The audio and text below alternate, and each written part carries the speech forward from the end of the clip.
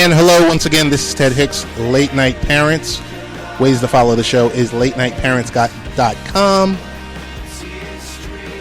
Airing live from 12:40 a.m. WGBB in Westbury, West Babylon, New York. I used to work in Westbury.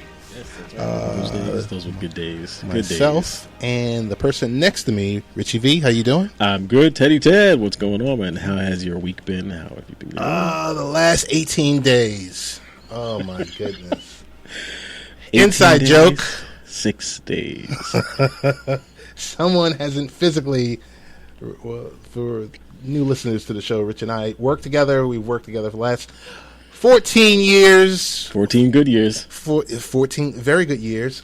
That's our 9 to 5 doing information technology. Want to welcome our listeners in the U.S. and abroad. Big shout out to XRP Radio in the UK that airs us twice a week. Internet radio, Rich. Hello, UK. Internet radio is a beautiful thing. It is. And 92.7 WRAQ, upstate New York. Ah, upstate now, too? Yes, sir. You are like working magic behind the scenes to get us, our listeners, all across the globe. It's just the more and more that you talk, and Dr. Michele talks, and I'm just working behind the scenes. The puppet master. Some may say. Richie V, a lot to cover this week. Dr. Michele is not in the building. She's celebrating her niece, Ashley, who was on the show about 6 months ago. Yeah, I remember. She attends Princeton.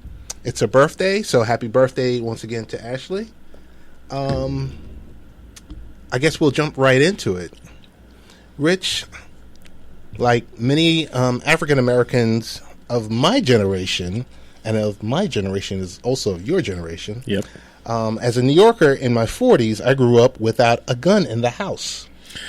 Yes, especially it depends where. Especially if you lived in the 5 boroughs, having Correct. a firearm in the home, unless you were employed in some kind of either the police or a protective agency, or you were a store owner and could prove that you were using lots of cash back and forth to the bank. It was next to impossible to get a firearm, especially a pistol, within the 5 boroughs.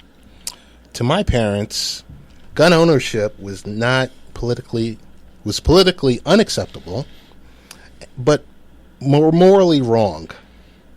And a lot of times, along with that, there was some form of trouble or tragedy. But Rich, during that same timeline, many folks in the South had a different tradition. Yes, completely different tradition. In the South, having a gun is just like having pocket change. Wow.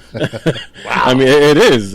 Let's face it. I mean, besides the fact that in the South, we'll go along with long arms as well. You go to hunting, and hunting is just a part of life in the South and in the West and pretty much everywhere except the coasts. But also, in the South, having a handgun for protection is you wouldn't walk out the house without it.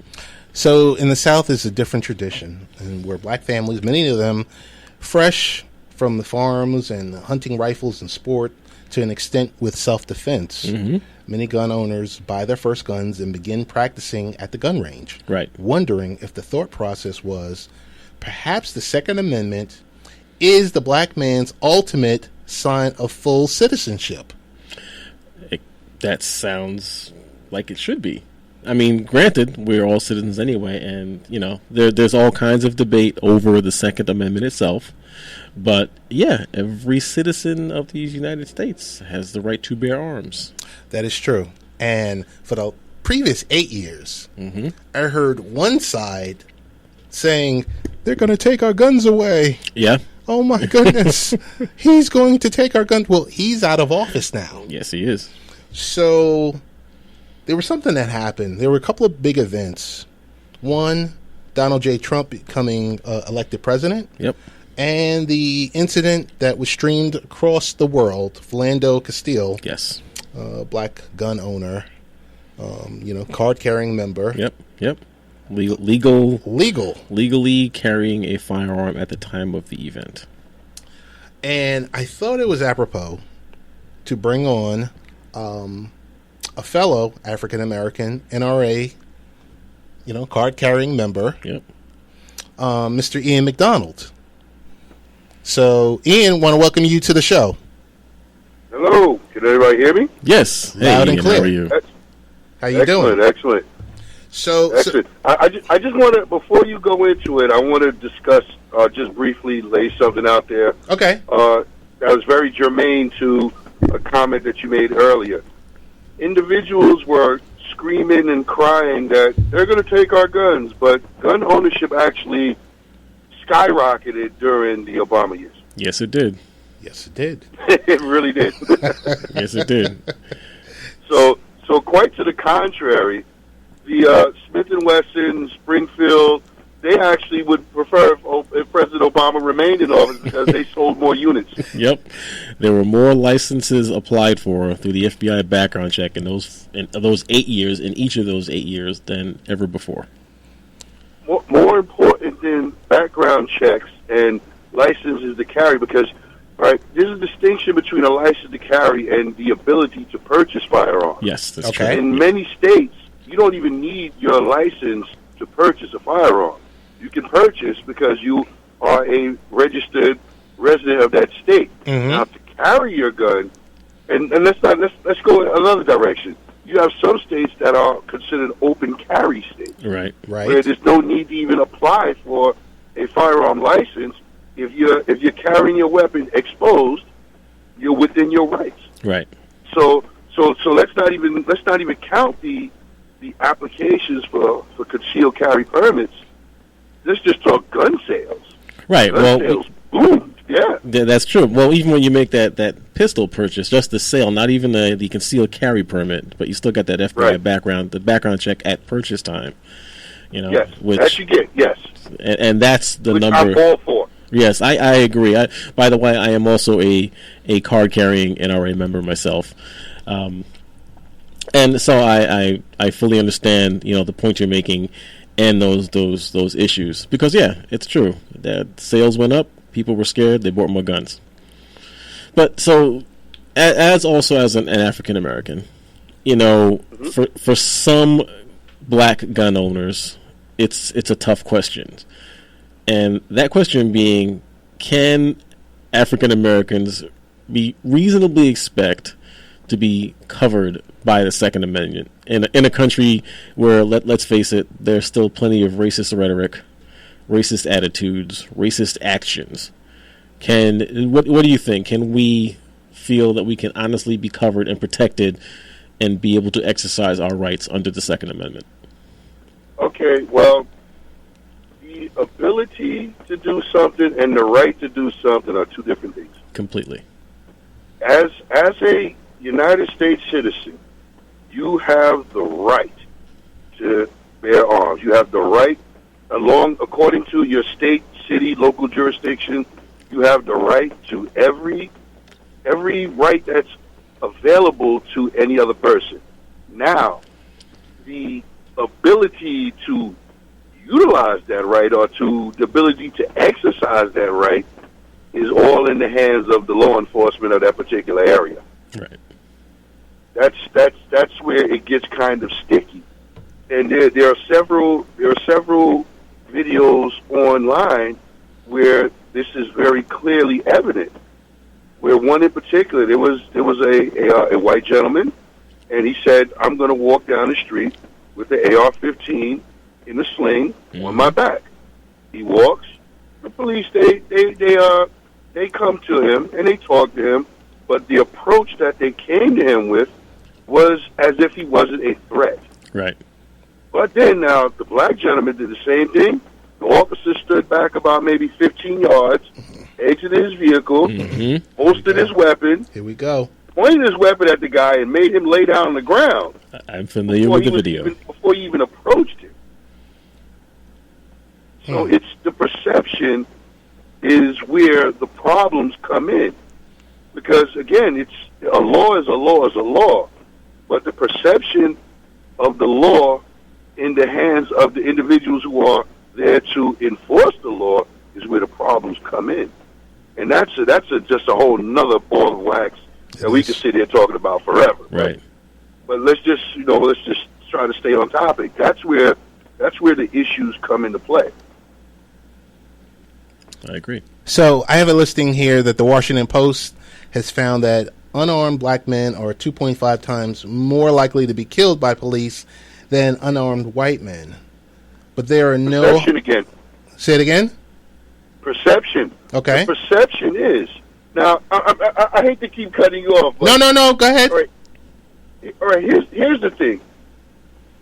If a law enforcement officer stops a vehicle and he approaches the vehicle, it's the perception that he takes is how he's going to approach that vehicle. Mm-hmm.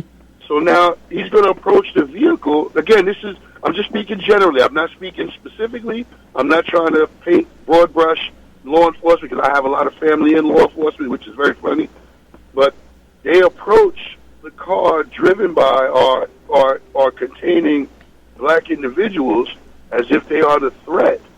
But their own FBI statistic shows that who is more likely to shoot a police officer? Right. A white male. Right. No, it's true. It's true. It's perceptions. And when you put those statistics, when they tell you a statistic, African American is 90% chance getting killed by another African American. It's true, because you will tend to get killed or accosted by the people you're surrounded by. Right.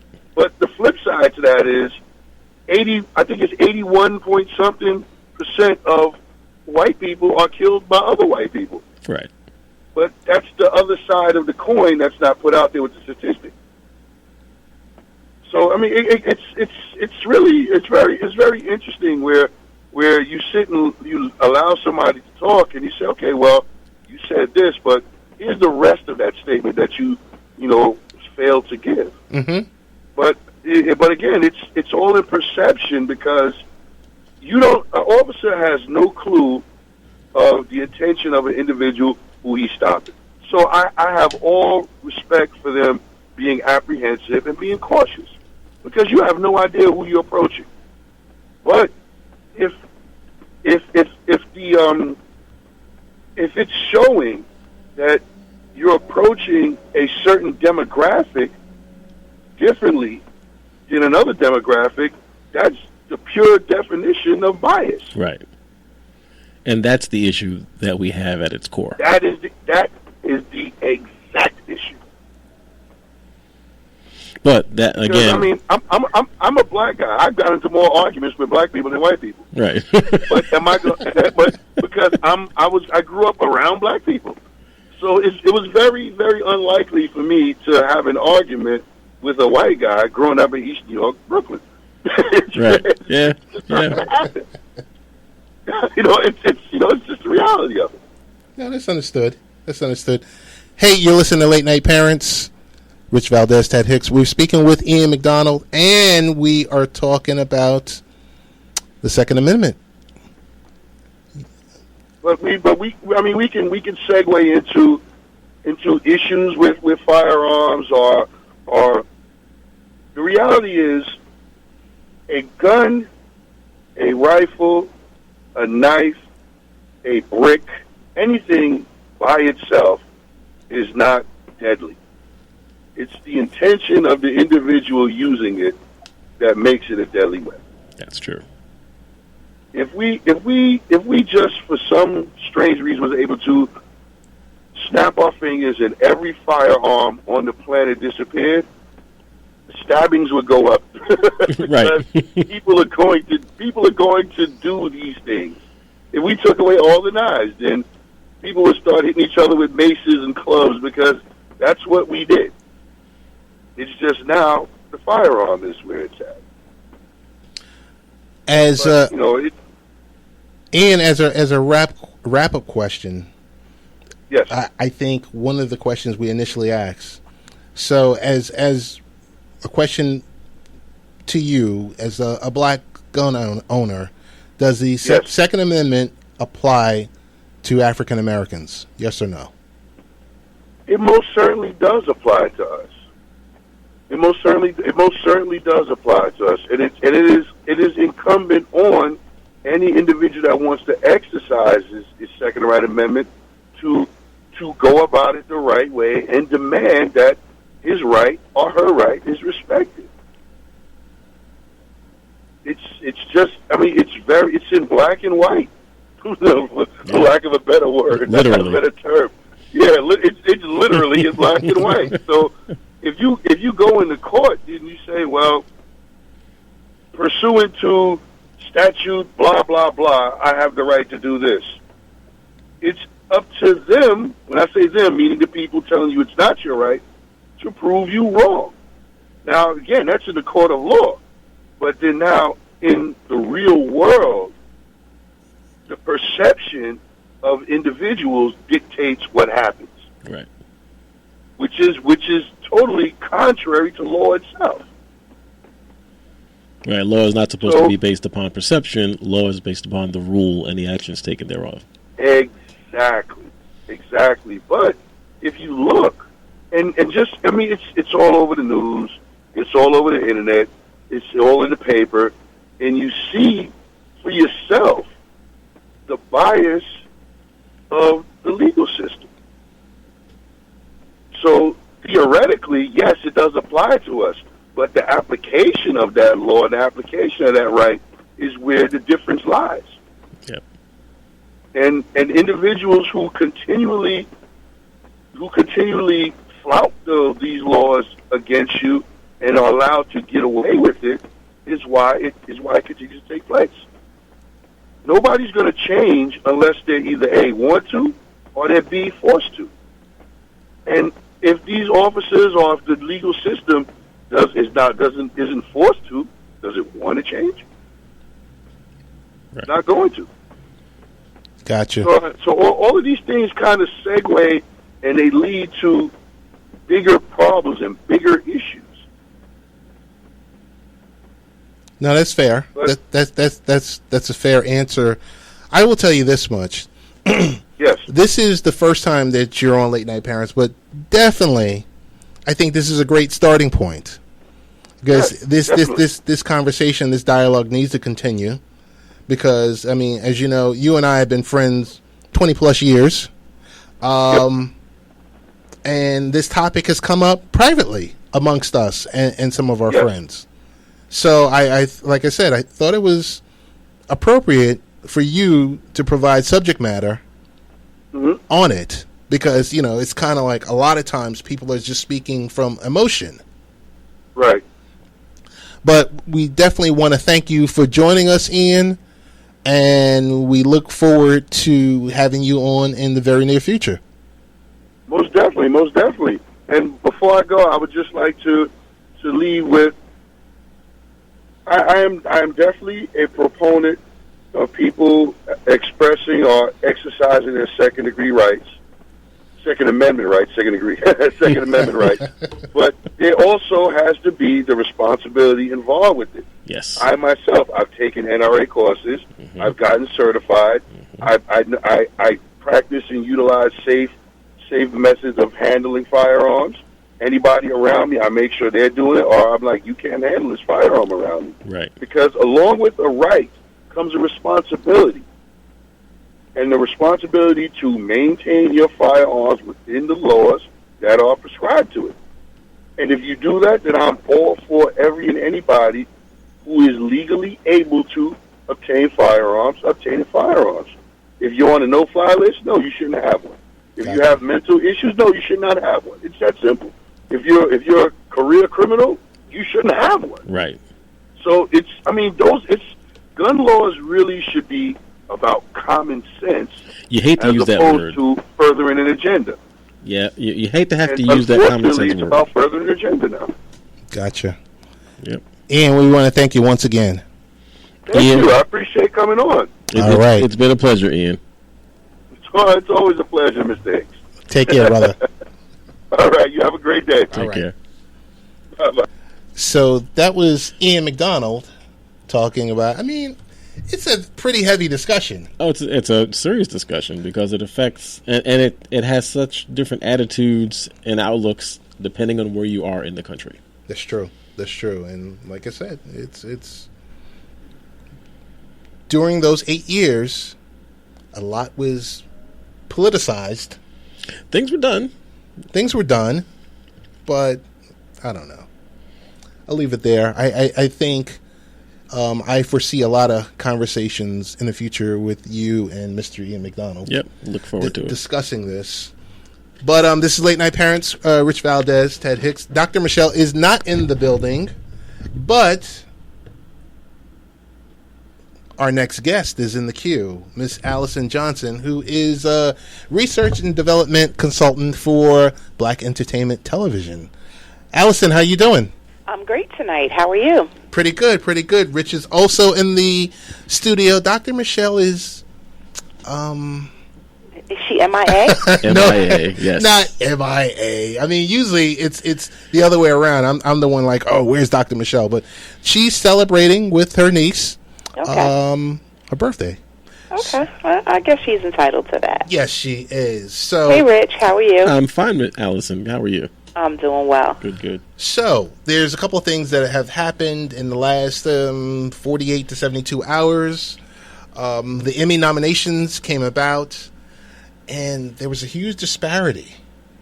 And there was no one better than who we thought we could dial in to discuss this topic. There you go. Sure. So, we'll just put it out there like this. Allison, as we stated, the nominations happened. HBO pulled in 110, Netflix pulled in 91. Totally dominated the nominations. Of that, Westworld and Saturday Night Live, because we know of the subject matter, pulled in 22 apiece. Why does the gap between HBO and Netflix continue to widen against the legacy broadcast networks?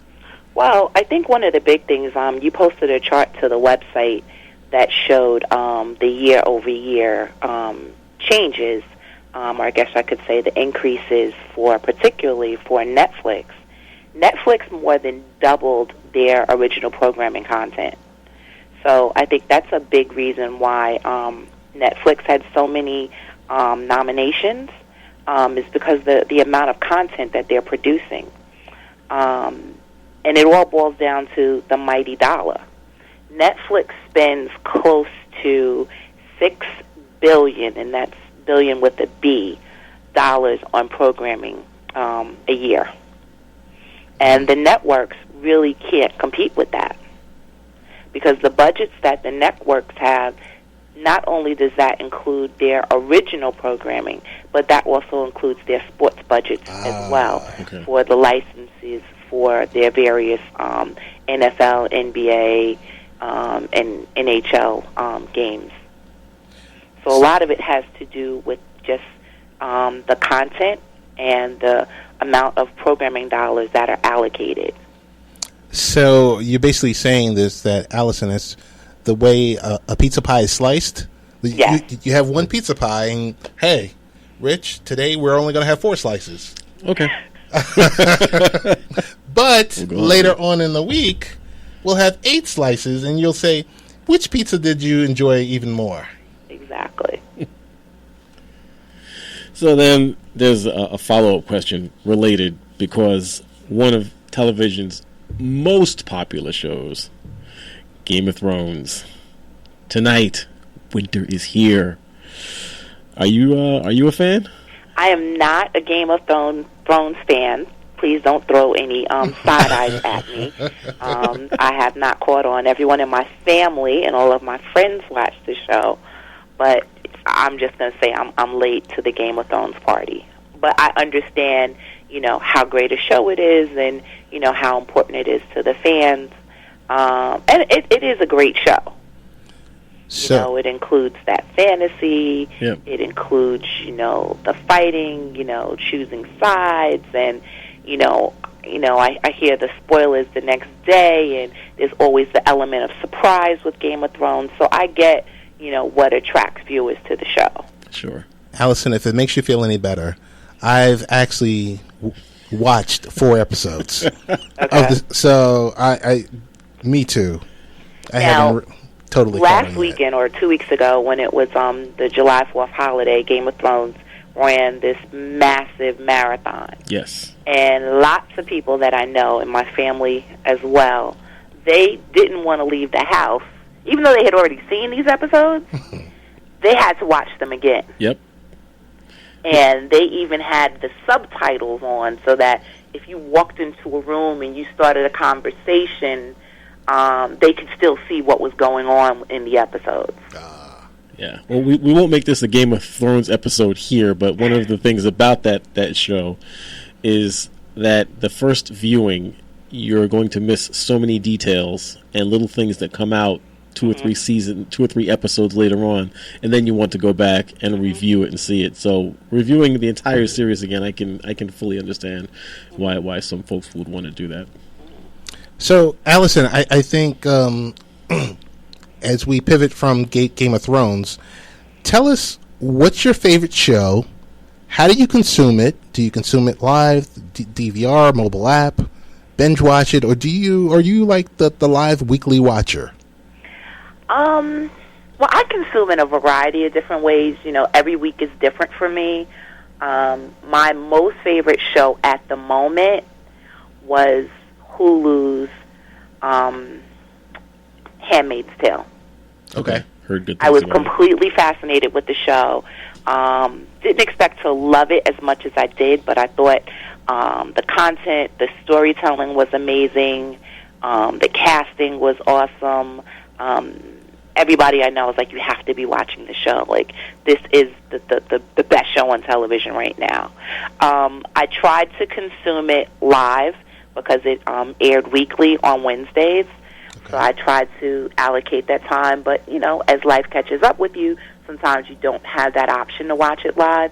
So, you know, whenever I'd be available, if it was on my tablet, if it was on my, you know, I would get caught up with the show. Gotcha. But, you know, in terms of my preference was to watch it at home on the big screen in the comforts of my home. But because I was so attached to the show, if I needed to catch up on it, I would be willing to sacrifice that and watch it on my small cell phone screen. Gotcha. Okay. Gotcha. So I guess we're going to, as we get closer towards the Emmys, want to definitely have you come back and we can do, I don't know, we make our guesses on who's going to win, who's not going to win. Sure. The one question I do have for you, who was your biggest snub of this past Emmy nomination? In regards to a show or a star or anything of the above? I guess I really didn't have a major snub. I guess the one thing that I was happy to see was the night of. Okay. I was happy to see that they were included because last summer that was my go-to show. Okay. Okay. So I was really happy to see the night of, and if you haven't had a chance to catch the night of on HBO, I highly recommend it.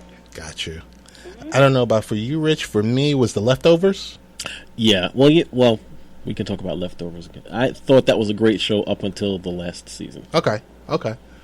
Allison, we want to thank you for coming on tonight. I'm here for you guys. As always, want to thank you and look forward to speaking with you shortly. Yep. We'll talk soon. All right. Thank you. Take care. Thanks, Have a great Allison. night. You too.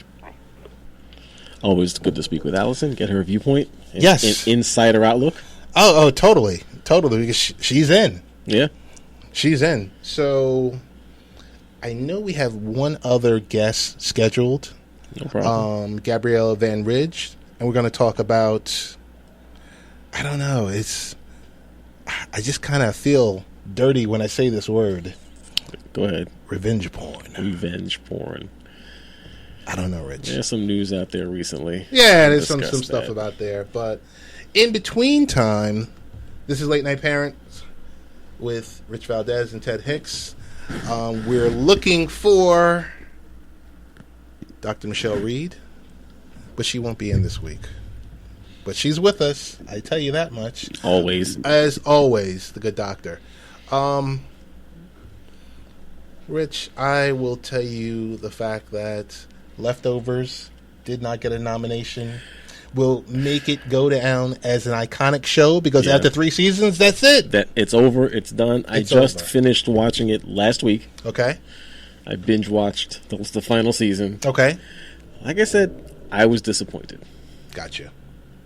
I came away with the feeling of they were like, okay, well, our budget's over. The show's done. Let's just wrap this up. Right. That's how I came away from feeling. Because I think this season or the 3rd season was in Australia. Yes. Yeah. Yes. I don't know. But I will tell you tonight, and if Jesse Nuez is listening, Jesse, a great Game of Thrones fan. I have watched, as I mentioned, 4 whole episodes. And I will watch tonight. 4 episodes from season 1. Yep. The first episode from season 6. Okay. So there's 5. Okay. So tonight will be episode 6. Season 6. Season 7. 7, yes. Episode 1. So you'll get that other episode in. Yes. So what do you... well, it's hard to say even after 4 episodes. It's hard to say. It's just... Like I said, I just finished watching Billions. That was 2 seasons. Okay. I went through 2 seasons of that, and I'm just sitting here, as I say every week to you. Walking Dead is, 5 or 6 seasons now? Yep. I don't know when I'm going to catch it. Hopefully when it comes to a close, I could say, okay, it's a wrap. Now I can burn through it. There'll be something else to watch. Speaking of Walking Dead, they had to get nominations. Did they? Do you remember? I believe so. Yeah. AMC. Yeah. AMC got a bunch. And we put something on the website earlier today in regards to nominations.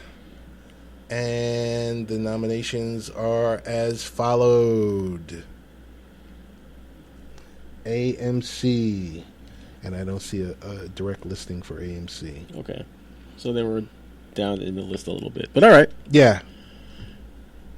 So that's the deal with that.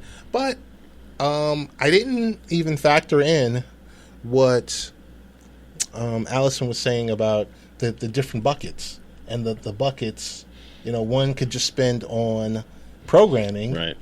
And that's what HBO and primarily Netflix are doing. And they're leaving the live sports alone. Yeah, I guess even with HBO, the only sports they're really involved in these days is boxing, it seems. That's it. And that probably pays for itself. Oh, I'm sure it does. But, Rich, something happened last week.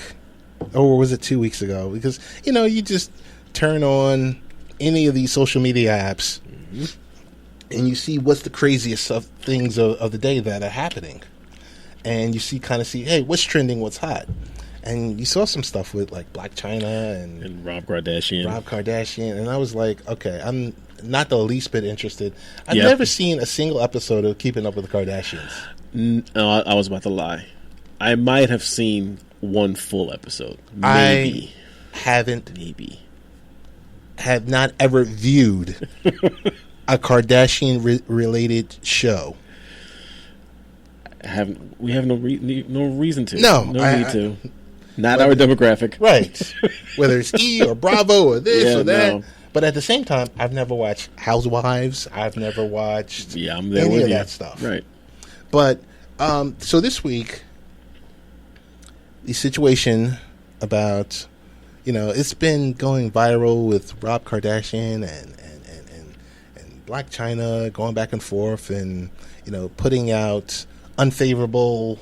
Right. So let me see if I understand the story correctly. Okay. Rob Kardashian. Well, Rob Kardashian and Blac Chyna used to be a couple. Correct. That's established. Correct. And is this correct? Rob Kardashian, they have since broke up, and Rob Kardashian is going out and put out some photos on social media, some risque photos, some pornographic type photos of Blac Chyna from when they were together. Correct. Put them out on social media without her permission. Correct. And she is suing over this. And that's what we're going to find out from our next featured guest, Gabrielle Van Ridge, who's in the queue, the kindness expert, inspiring organizations to tap into the power of kindness, the most underutilized skill in today's world. and we say to all, dare to be kind. Gabriella, how you doing? Hi, I'm fine. Thanks for having me. Welcome back, Gabriella. Well, unlike you, I don't know a lot about Rob Kardashian. Okay. I really don't. So I have to honestly say that I don't know about his case. But you know what? We could talk about any case. Yes. Because the truth is, we could talk about myself and a friend. Right. And it would be the same, right? It would. The thing is, people are people, and I think the first thing we need to say about this is, obviously, it's unacceptable. That's kind of what I want to say first. Mm-hmm. It's unacceptable to put pictures out there to humiliate another human being. That's true. Now, I also read that it's actually illegal in California, right? Since 2013, in 38 states, including the District of Columbia, that law has been instituted. Okay. I think that's terrific, by the way. So I think it should be federal. It should be every single state. It should be the world, actually. But so that's one thing. It's unacceptable that we do that. Correct. But I want to go to a point that, first of all, neither you and I can look into that relationship because we don't know. We don't really know the background. We don't know what played out. And even if you're friends with them, you would still not know. Right. True. Because the truth is, it's between him and her. So, but how do these things escalate? See, I think neither is innocent in this case. And I will always say that because I will honestly say that people do horrible things to each other. Mm-hmm. And if I understood correctly, it's an off and on relationship. So you and I know as an outsider that on and off relationships are quite volatile. Yes. So I would say it looks right now as if Rob Kardashian is a bully, and definitely an online bullying, and as if Blac Chyna is a victim. But I would bear to differ here because we really don't know what happened. We don't know who started reacting to what first.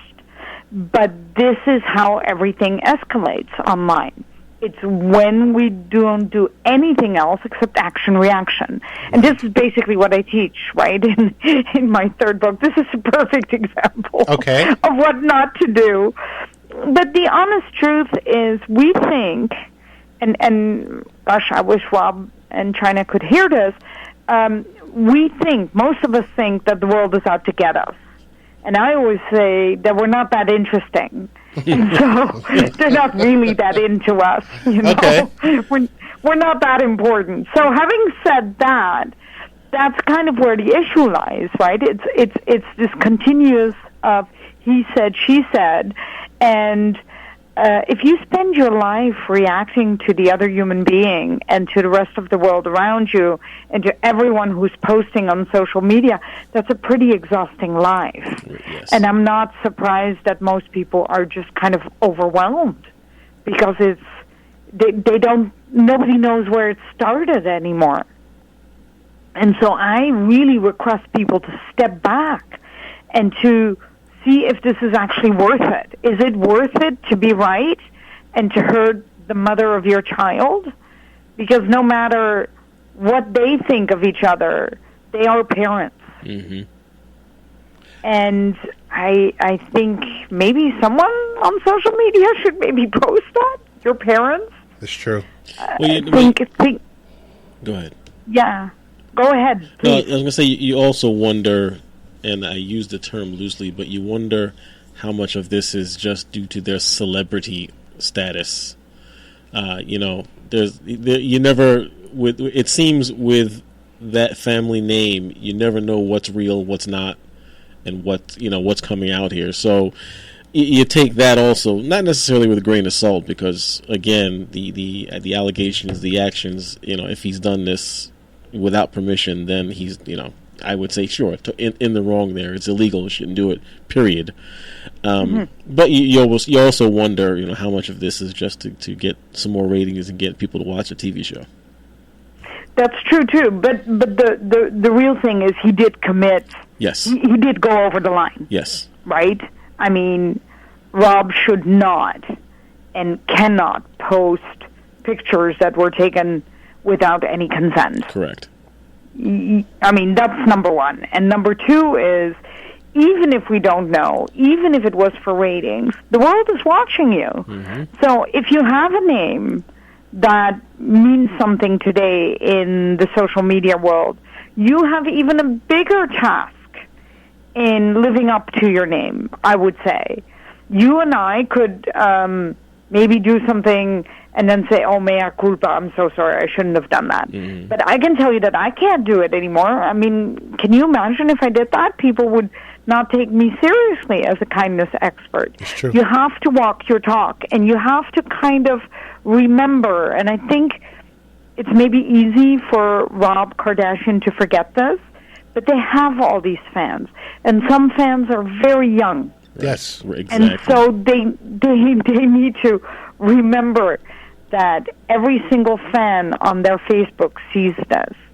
And online, social media is not there to vent the humiliation of any other human being, period, no matter how angry you are.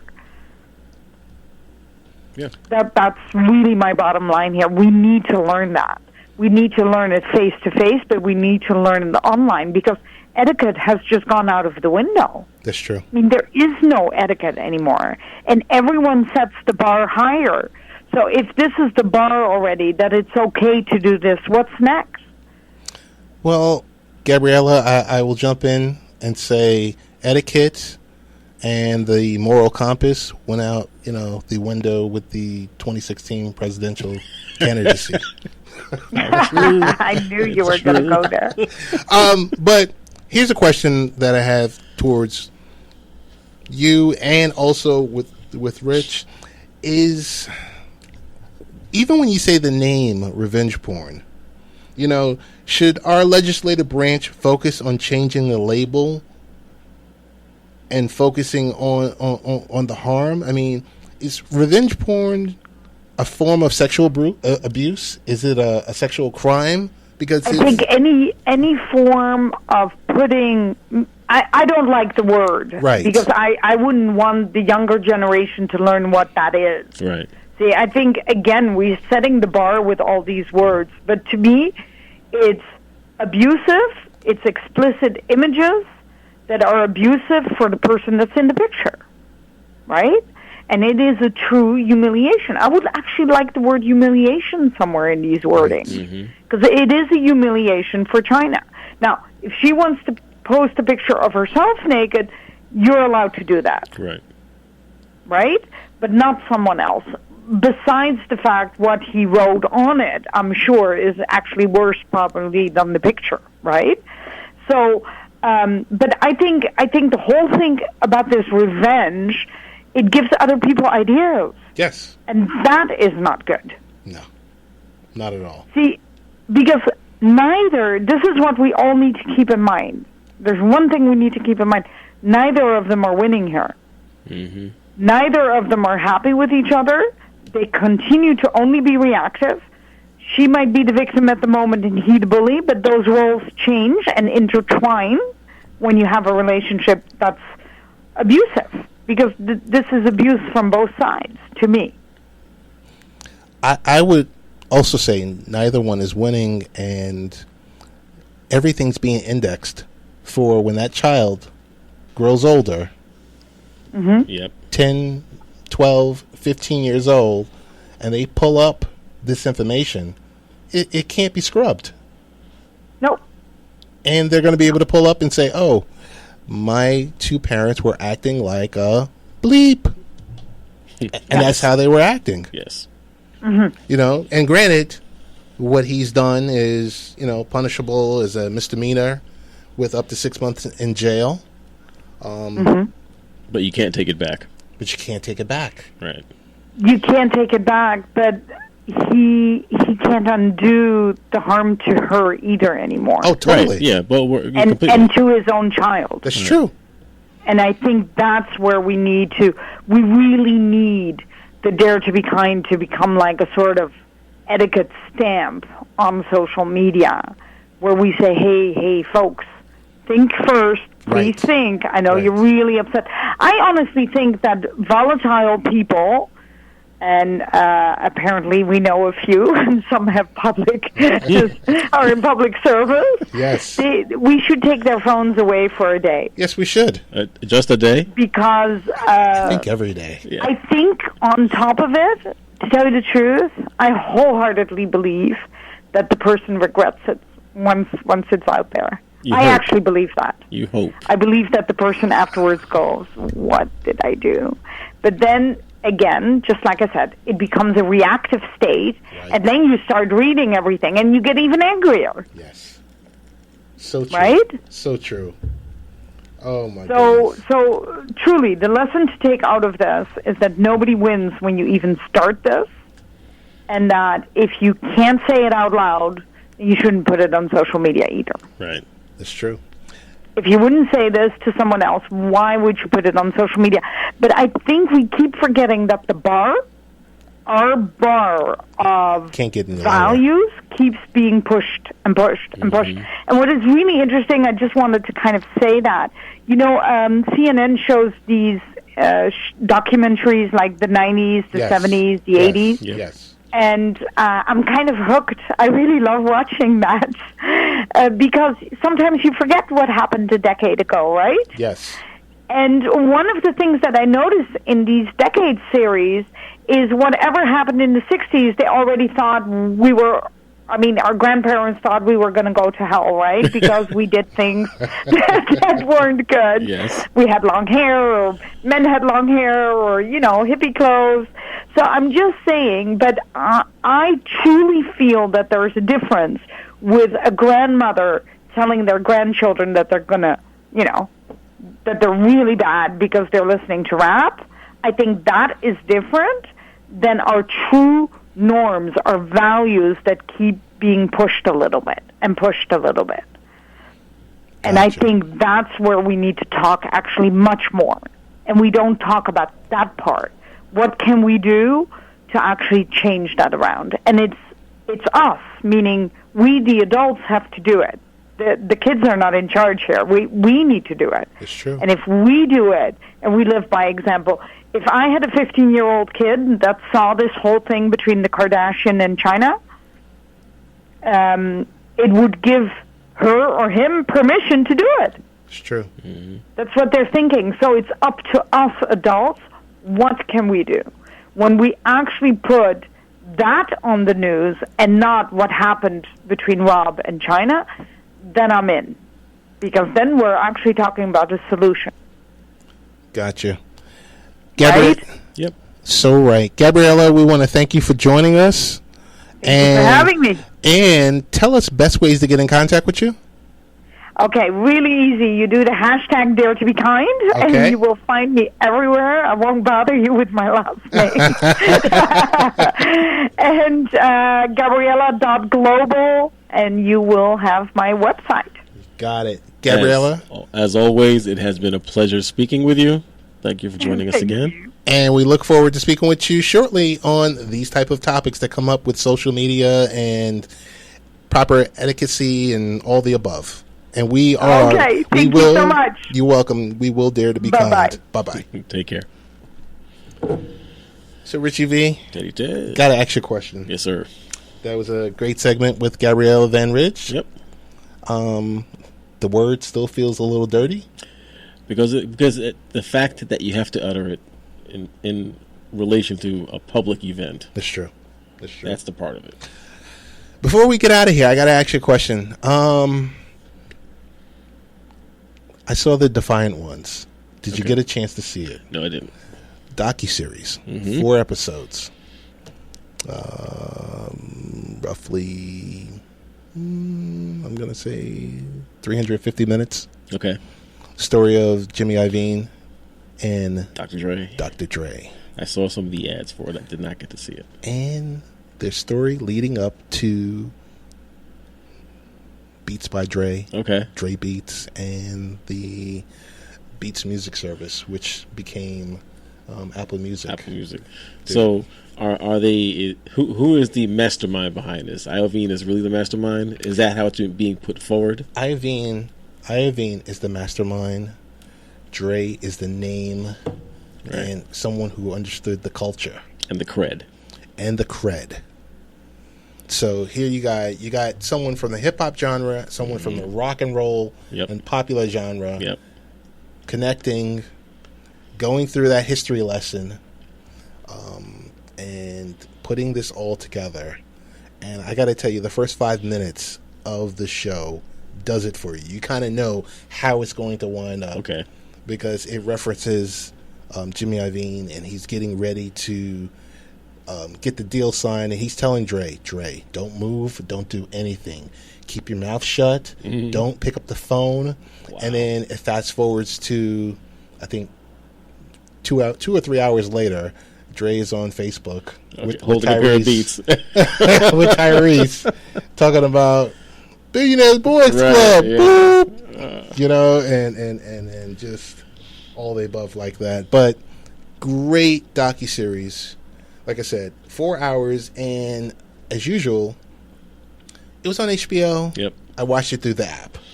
Because the app, they released all 4 episodes. in one shot. Yeah, versus that's the way to do it. Night after night after night. I'm like, nah, I'm not doing this night after night. That's the way to do it now. Once it's released, everyone who really cares about viewing it will view it in one shot. Yes. And you see the benefits. One, you tie them up and they get to see the entire production. Yes. Plus, now you freed them up, they can go watch something else. Of course.